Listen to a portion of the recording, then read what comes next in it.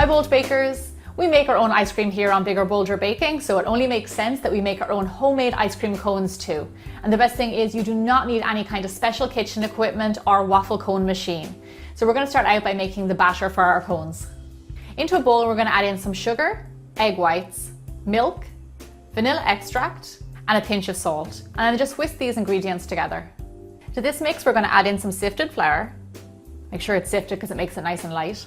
And then pour in some melted butter that is at room temperature. You know, when I like to add melted butter, I always like to melt it ahead of time, let it cool down and then stir it in. And then just combine all of these ingredients together. Look at that, lovely and smooth. Now we're ready to cook this guy off. So we're going to cook this off straight away, but you actually can make it ahead of time, pop it into the fridge and it will live happily in there for up to 5 days. So we're going to cook our cones off on a nice big frying pan or a griddle. Something that is non-stick is preferable because it'll make it much easier to pull your cone up. So you want to make sure your pan is over low heat. Now this is really important because you want to make sure it's nice and controlled heat so it doesn't cook your cones too fast. So in the middle of your griddle we're going to put on around 1.5 tablespoons of your batter.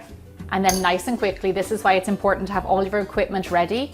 Go in a big circle and we are going to spread this out to around 6 inches by 6 inches. Now you want to work nice and fast because as you can see, your cone starts to set.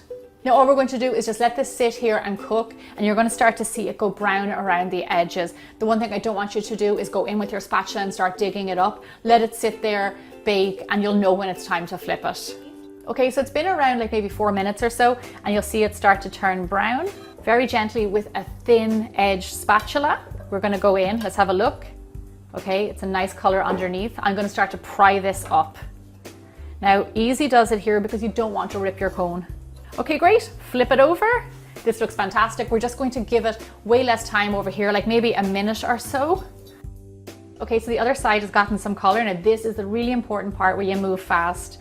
You're going to take it off the griddle and in our hands, we are going to roll it. Now, what you want to do is start on the bottom first and give that a good pinch. And then we are going to roll it all the way around like this. Now, did you hear it crisping? Once you take it off the heat, it crisps up straight away. So you do have to work fast. And then you're going to end up with a beautiful homemade ice cream cone. Check that out. Oh, it smells delicious, really full of vanilla.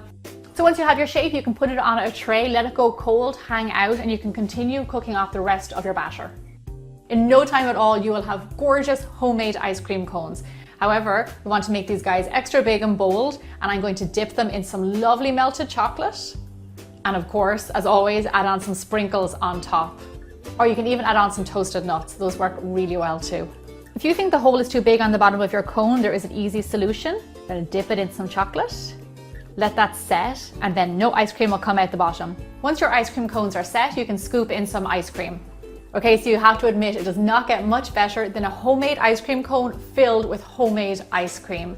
Now these cones are best eaten the day that they're made, but if you can't and you have some left over, store them in an airtight container, otherwise they'll go kind of soft, so make sure they're nice and tight and snug in there. I have lots more Bold Baking Basics videos just like this one, so make sure you go to biggerbolderbaking.com to check them out.